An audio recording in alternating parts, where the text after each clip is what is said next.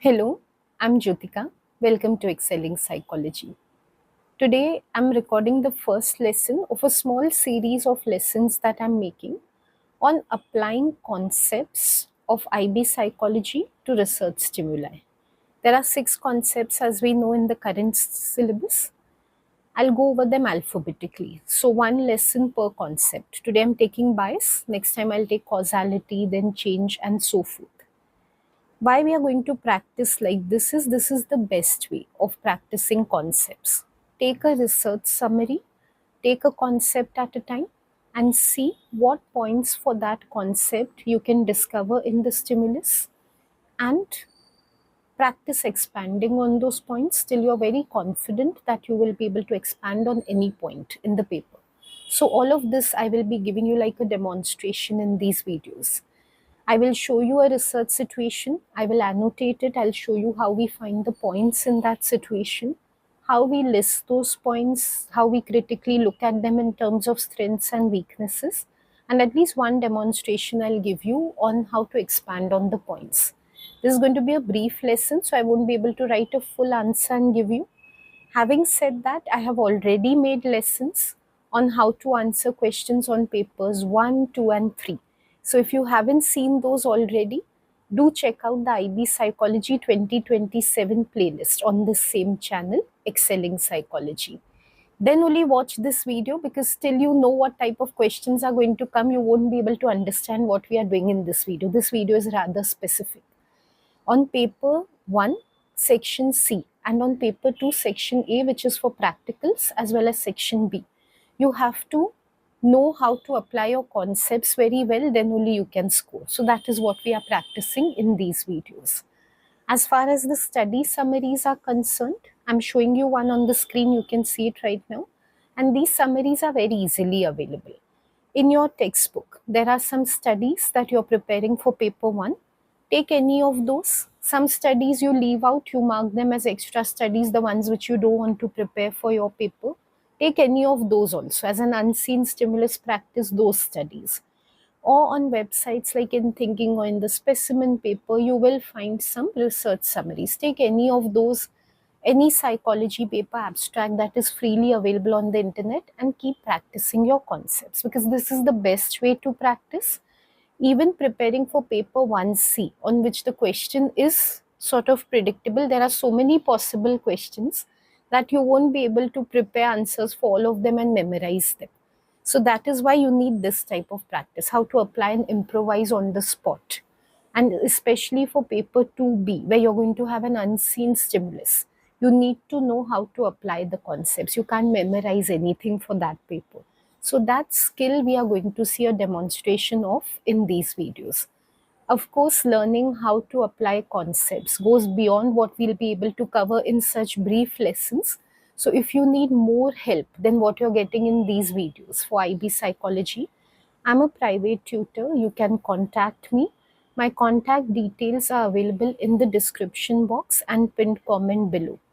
So if you want to know exactly how I have come to these points, how do we think about different type of points, you can take classes from me.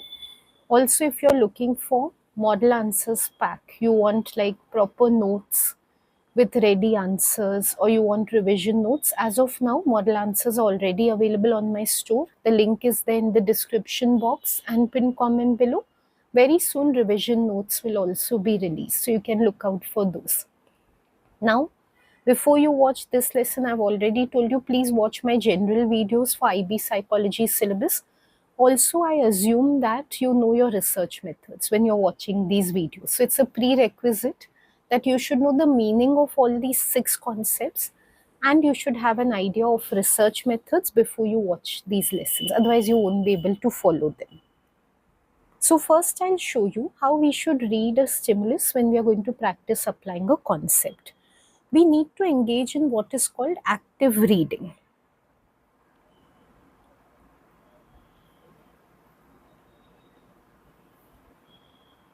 What I mean by active reading is, don't read the stimulus blindly. See, if this was a stimulus in paper 2, section B, below this there would be a question, discuss the stimulus with reference to any 4 concepts that would be named.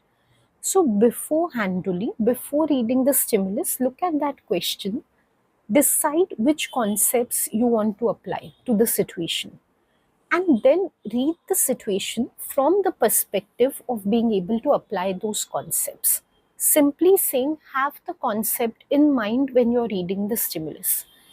You can just read it blindly, then retrospectively, come back and see whether the concept applies or not. That just tends to be time consuming and confusing. The first time you read the stimulus only, it is advisable to know what you're looking out for in the stimulus. That helps you write a better answer. Right now, we are working on only one concept, bias. So we will keep on annotating the stimulus, keeping what points can be relevant for different types of biases in our mind. So let's read the stimulus at any time. You can pause the video or you can take a screenshot if you need to read the stimulus very thoroughly. Researchers wanted to investigate whether schemas influence memory for everyday events. This is simply the aim of the study. Here there's no bias point as such, but we can just note that this is the purpose of doing the study. They recruited 120 undergraduate students aged 18 to 24 years from 3 universities in England using volunteer email advertisements. All of this can classify as participant bias. So I'll just make a note here and keep. That is what I mean by active reading and annotating. I don't need to, right now only think about exactly what I'm going to write down in the answer, but I'm just going to mark and keep that this is a point relevant to participant bias. It'll help me expand on participant bias later. Now here when we see volunteer sampling, of course, because we have done research methods, it immediately comes to mind that it wouldn't be very representative. Similarly, when we see undergrad students, again it comes to mind that they won't be very representative of everybody in the population, especially given that the aim is schemas, how they influence memory. That's not something that's applicable to only undergrad students. It would be applicable to any person.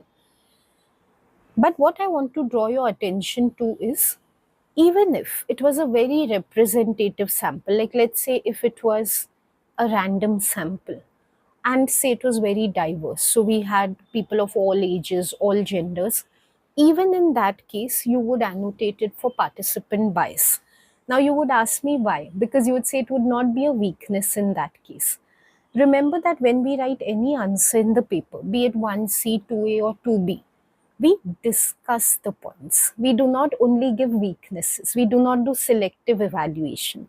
So if a researcher is using a very strong, very representative sample, in that case also it's a bias point for discussion. It's a strength point instead of a weakness point. In this case it's a weakness. In that case it would be a strength.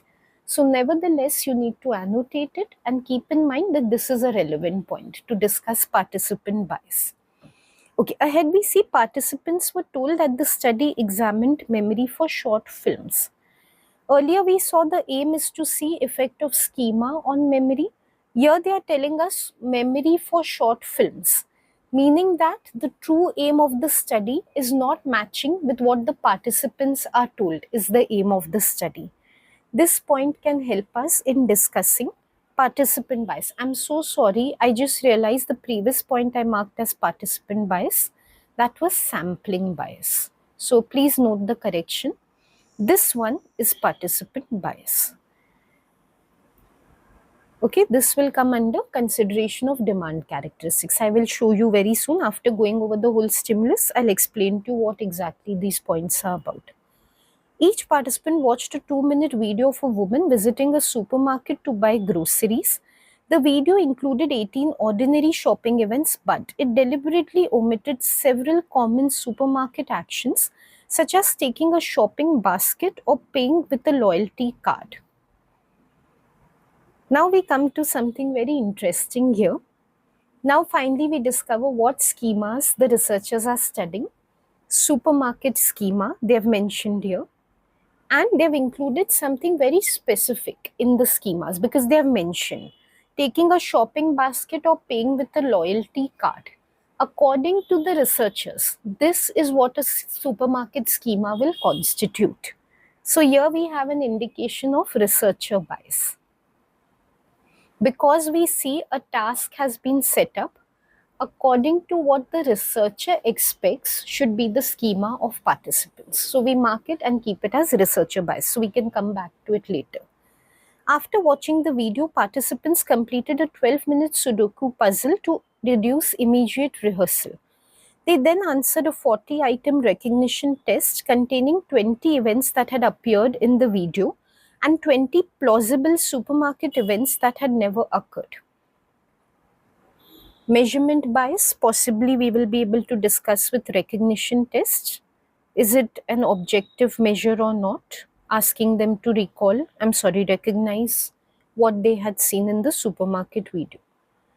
For every answer, participants also rated their confidence on a 5-point scale. Again, measurement bias. Whenever they describe what tools are being used for measurement, any of those points will definitely either come as a strength or weakness of measurement.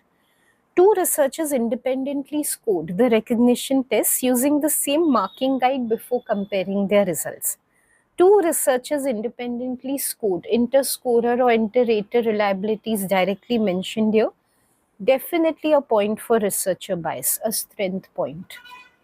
The researchers have taken care of not being biased by using only one researcher for interpretation. So what we saw in this paragraph is the procedure of the study. Next, we have results and conclusion. We know that because in any research summary, this is the format, right? Aim, procedure, results, conclusion. In results and conclusion, we are unlikely to find anything relevant to bias. Bias has to do with the aim and procedure of the study. Still, we just quickly go over it. We have already annotated the main points that are going to help us later. So for the results, participants correctly recognized an average of 16.8 of the 20 real events, but they also falsely recognized an average of 6.3 supermarket events that had never appeared in the video. The false memories most commonly involve taking a shopping basket, scanning a loyalty card, and placing groceries on a conveyor belt. Conclusion: the researchers concluded that existing schemas can help people organize memories but may also lead them to remember expected events that never happened. Okay, so that is the research stimulus. Like I told you in the results and conclusion, we don't see anything that we can discuss in terms of bias. I want to give a disclaimer right now, whatever I have annotated and what I will discuss further.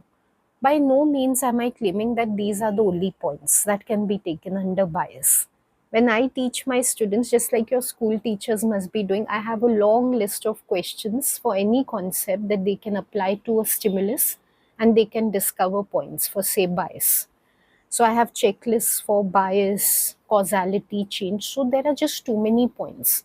What I have done for this video is I've just taken the most common ones. Like most of you will think in terms of researcher bias, participant bias, sampling bias. So I've taken those. I'm sure many more points are available here and you're free to expand on any of them.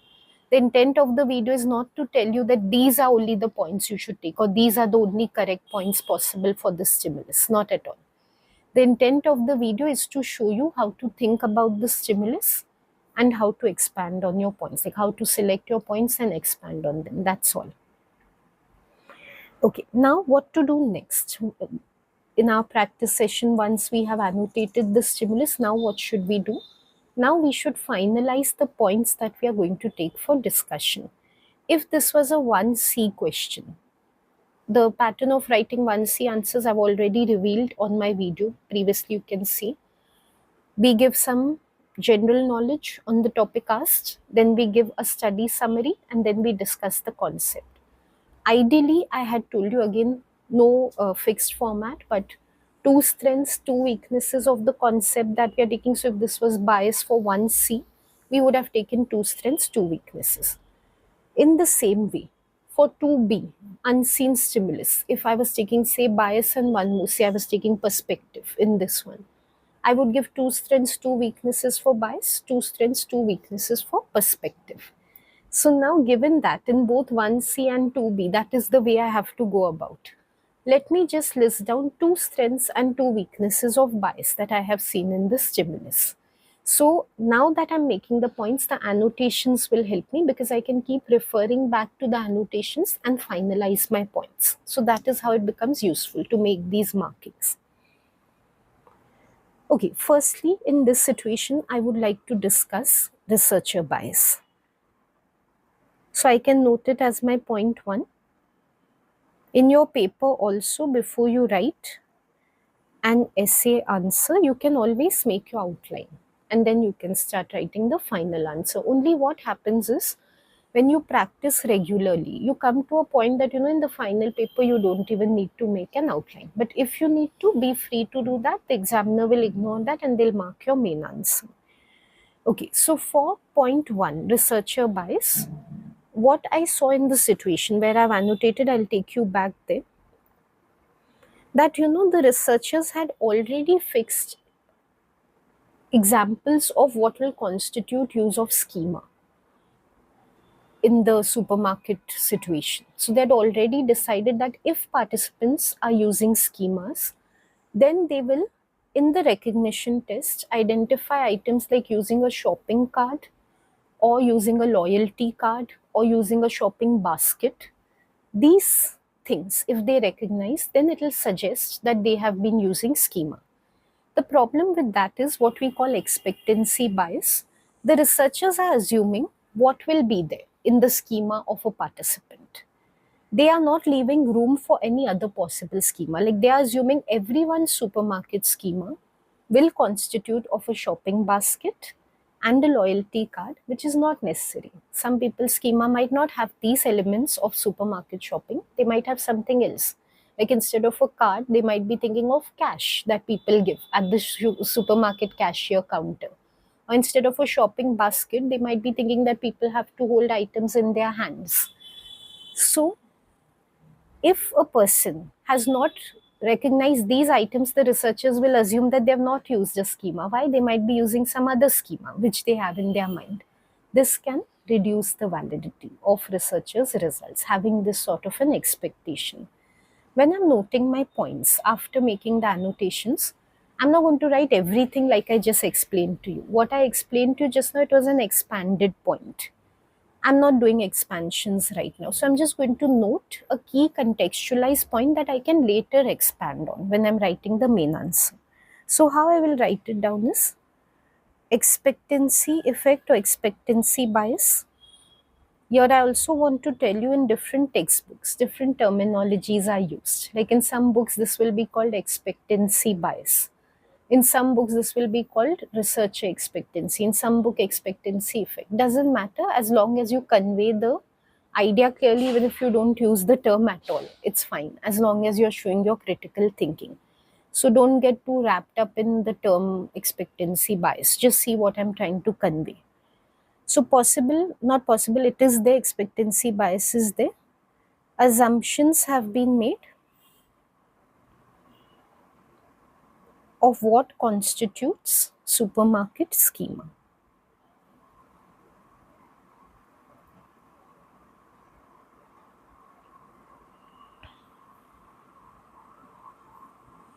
Also, this is my personal thing, so I'm going to note this as a weakness.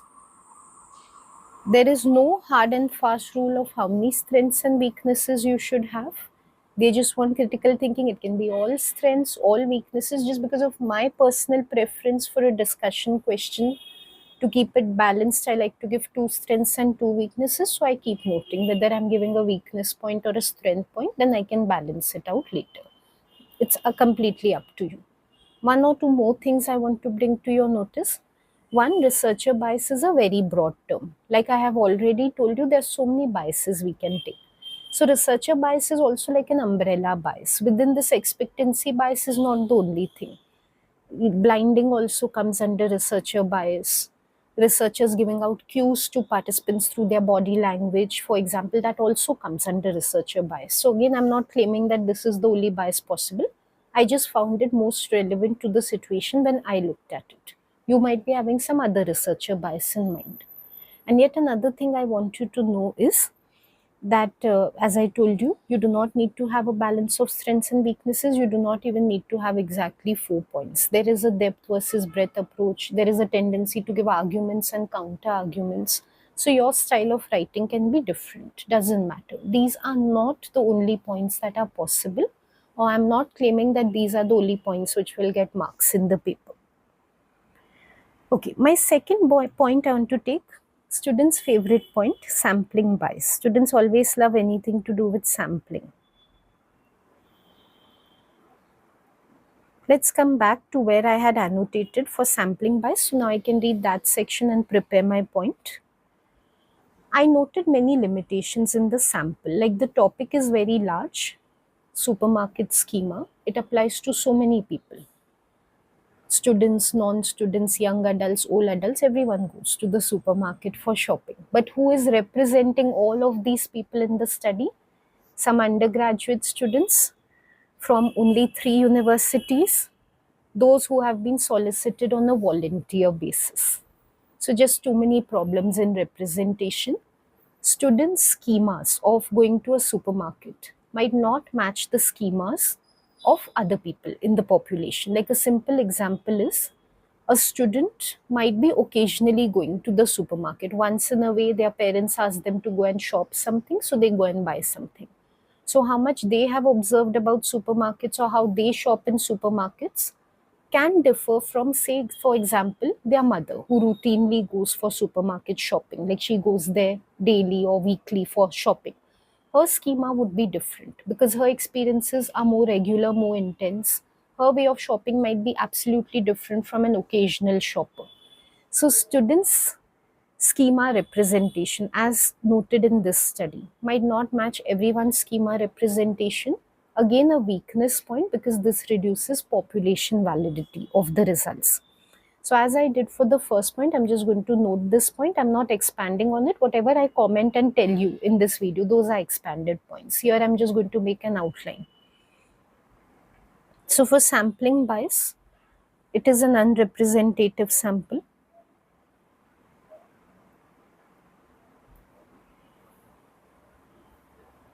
Okay, students' schemas are likely to differ from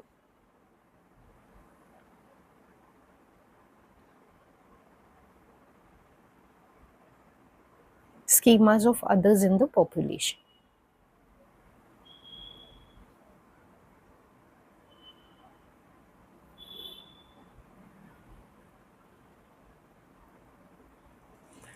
Next, I would like to discuss participant bias.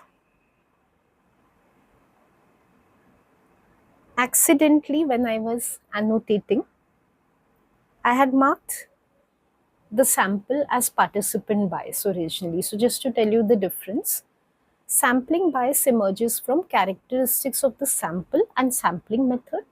Participant bias emerges from participants' behaviors in the study. So here we are talking about that.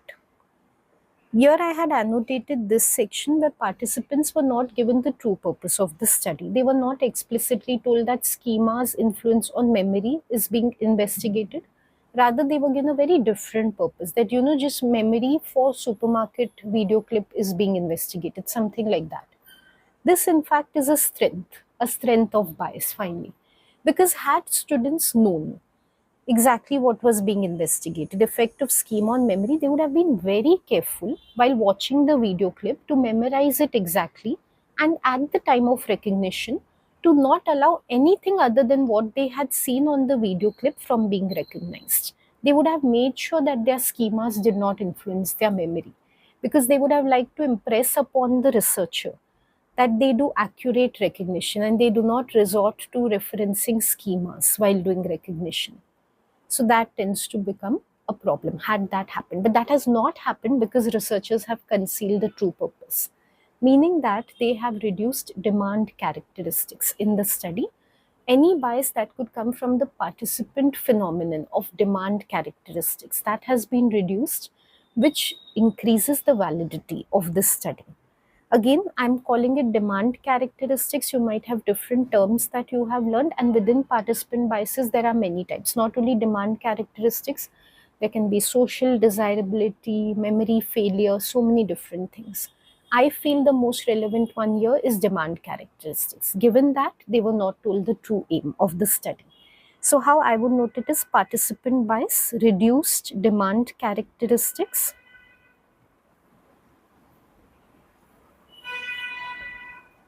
aim given as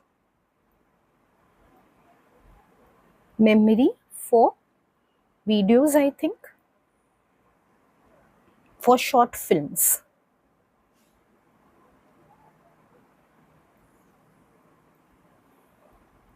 This is a strength.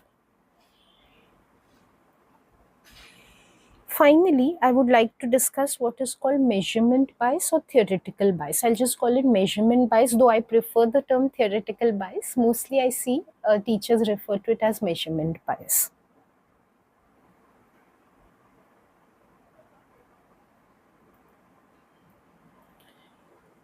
Okay, now here what researchers have done is they have not only taken a pretty objective measure because they have a predetermined list of what will constitute schema. As against that, they're taking a recognition check, which will just see whether students are marking those items which they have denoted as schemas or not. So no subjective interpretation. Like researchers are not giving their opinions of students have used a schema or not in this study. That's one. Second, which are noted as researcher bias, but it's overlapping with measurement bias because it has been used for measurement purposes. Instead of having only one researcher mark the performance of the students, they have two. So in case one researcher is being biased in the way they are looking at has the student marked something relevant to schema or not, there's another researcher who can cancel out that effect or that subjectivity which one researcher is inducing into the study. So this again is a strength. Measurement is a strength in this study because it's objective and it has been made reliable by having not one but two scorers in the study. So this I would denote as inter-rater reliability. Again, it can also be called inter-scorer reliability combined with objectivity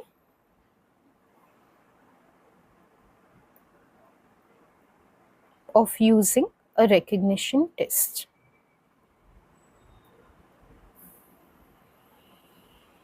Again, a strength.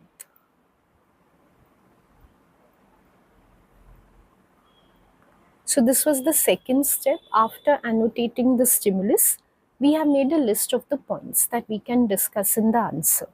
What's the final step? To expand on these points, right? And the video is not that long that I can expand on all of these and show you. So I'll expand on the first one out of these, a small demonstration of how you can expand. Before that, I want you to know that this way of going about, like only till the outline, can also be very helpful a little later. After you've practiced how to expand on the points, written complete answers, there'll come a point, where you find it unnecessary to write full answers and you don't have the time for it because you have to study so many subjects in IB. So in that case, after you are confident about expanding, you've written enough answers, you can just keep making outlines for practice. Like you can stop at this stage. Also, some of you who have this habit of last minute studying, you study only 2 days before the paper, for example.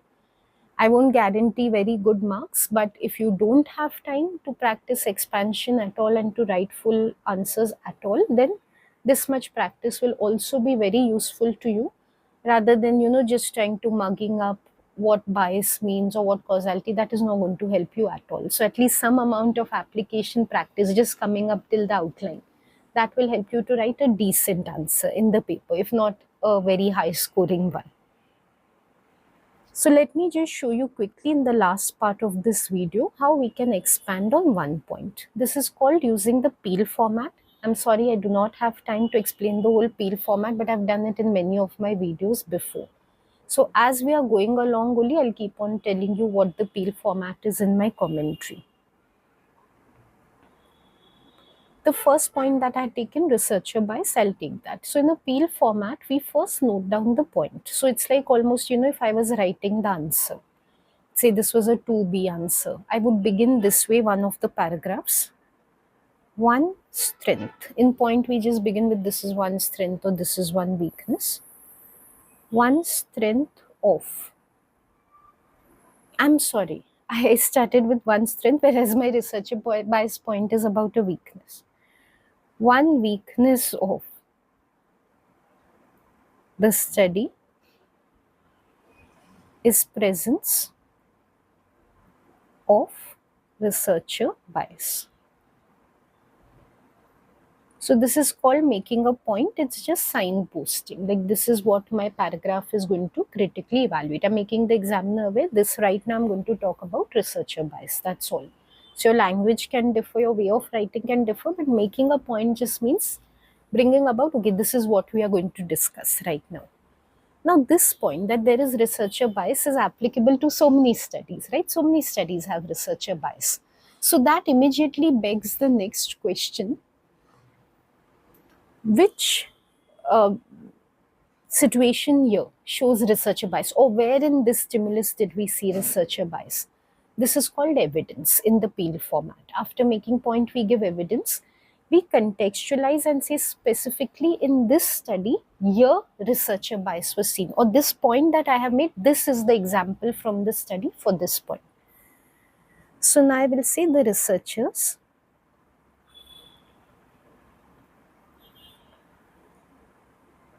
predetermined what would constitute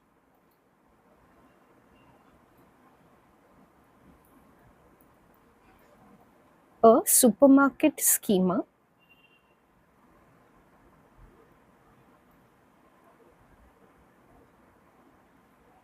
by noting elements such as shopping basket and loyalty card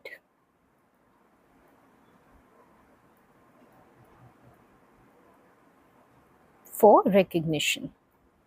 I want you to note how highly specific I'm writing, how highly contextualized examples I'm giving, very specific to the study, because most students lose marks here. Their points are very generic, especially since they have started using Chat GPT to formulate the answers. This has become an increasing problem.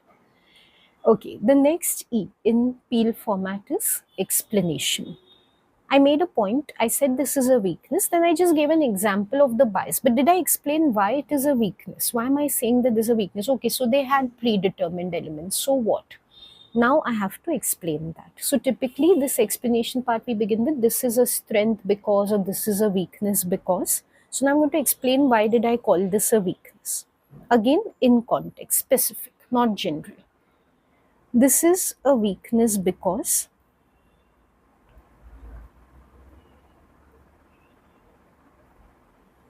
researchers have assumed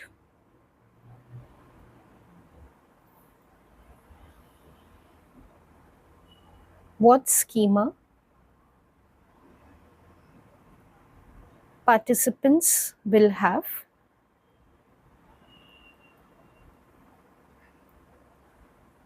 and would consider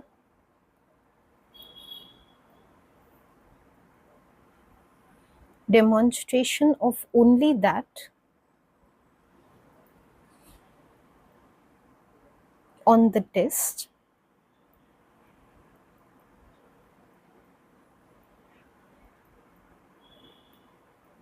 as reflecting use of schema. I can stop at this, but I just want to make the pointer more clear, so I'll just explain a little more. It does not have to be one sentence for each of the Peel, it can be a little more also. It's up to you. Writing style is different for everybody. So, if a participant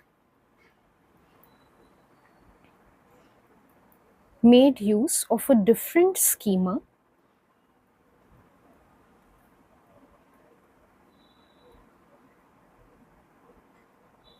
that would not be considered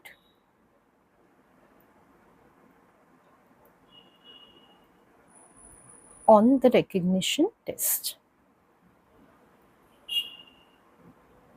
So now I have explained why this is a weakness. Now, finally, in the peel format, we give a link. We basically conclude the point. See, we are talking about bias. Right now, we have spoken a lot, but we need to go back to bias. So, what bias is being seen here? What is happening because of this weakness of bias to the study at large? Now, we need to explain that. So, how do we start any conclusion or any link anywhere? Therefore, that is why this shows that, something like that. So, I would just give a simple therefore. Therefore, use of schema might have been inaccurately assessed. Use tentative language here, don't be definitive. We are giving a possibility that students could have different schemas. We are not 100% sure about it, so might have. The use of schema might have reduced the accuracy. I'm sorry, the use of, I just lost the plot. Okay, therefore, use of schema might not have been assessed accurately. That is what I was trying to say.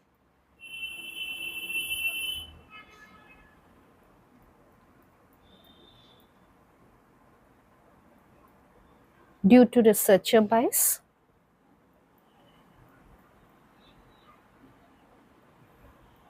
reducing validity of findings.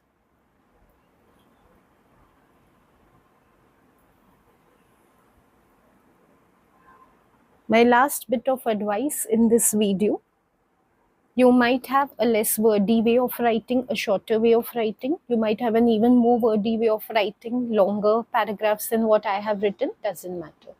What is important is contextualization, like I have done, relevance to the study given, reference to the study given. That should be there.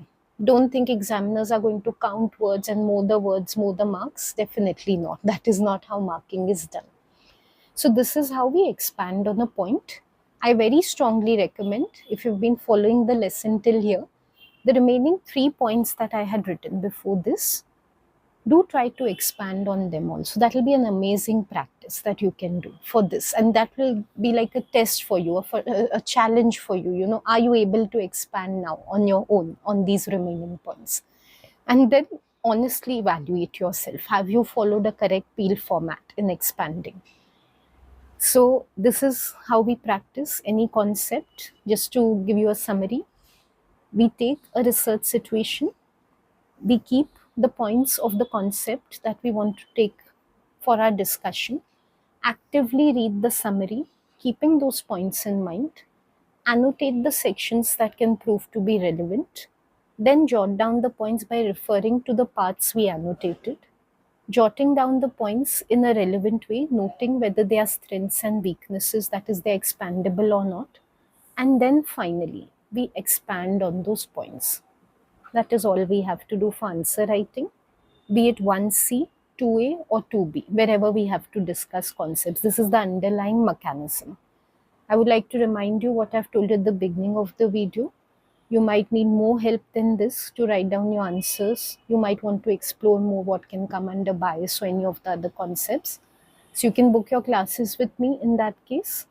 Also, if you have any comments about this video, any feedback that you want to give, please leave it in the comments box below. Please do not message me on WhatsApp or on my email ID for comments related to this channel. I will not be able to respond there.